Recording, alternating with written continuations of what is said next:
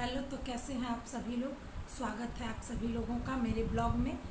आज जितिया है तो सबसे पहले आप सभी लोगों को बहुत बहुत सारी शुभकामनाएं जितिया की। भगवान आप सभी के जीवन में बहुत सारी खुशियां लाएं और बच्चों के जीवन में भी भगवान बहुत सारी खुशियां लाएं।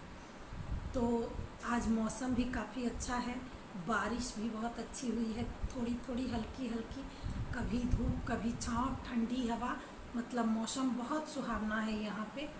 तो आज का दिन काफ़ी अच्छा रहा। जिन लोगों ने भी निर्जला व्रत रखा होगा उन लोगों के लिए बहुत अच्छा दिन था। उन्हें ज़्यादा कष्ट झेलना नहीं पड़ा क्योंकि बारिश हो गई और मौसम ठंडा रहा तो प्यास कम लगी होगी उन लोगों को। एक बात मैं आप लोगों से और कहना चाहती हूँ कि अपने बच्चों के लिए हर लोग अच्छा सोचते हैं और चाहते हैं कि हमारे बच्चे जीवन में हर वो चीज़ करें जो हम चाहते हैं और उनके चेहरे पे हमेशा मुस्कुराहट रहे।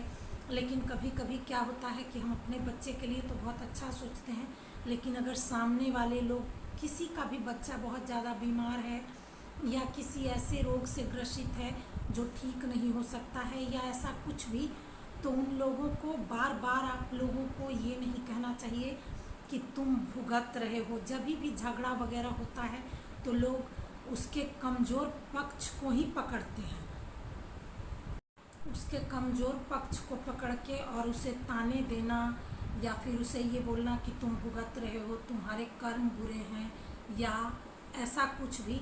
तो किसी का कर्म बुरा नहीं होता है। मेरा मानना है ईश्वर जिस पे अपनी छाया रखता है उसे मेरे समझ से लगता है कि उसके जीवन में थोड़ी कम समस्याएं होती हैं, और जिनके जीवन में ज़्यादा समस्याएं होती हैं मुझे लगता है कि ऊपर वाले का आशीर्वाद कम है या कुछ, या तो वो स्पेशल भगवान ने उन लोगों को चुना है उस चीज़ के लिए।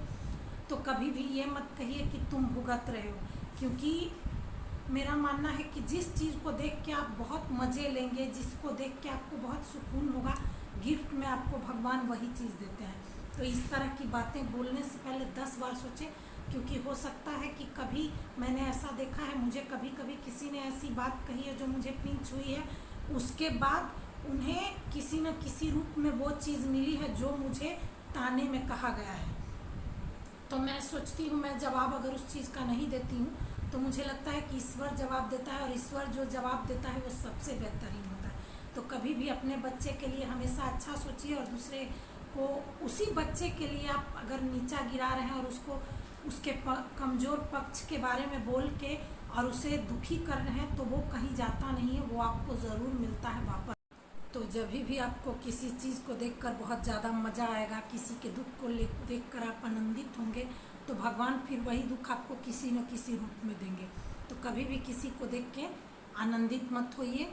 रही बात कि कौन भुगत रहा है और कौन क्या कर रहा है, वो तो ईश्वर समझे। उसने जो दिया है, जिसको दिया है, वो कुछ सोचकर ही दिया होगा। तो इस तरह की सोच अगर आप रखते हैं तो जो भी लोग रखते हैं उनकी मानसिकता मुझे लगती है कि अच्छी नहीं होती है।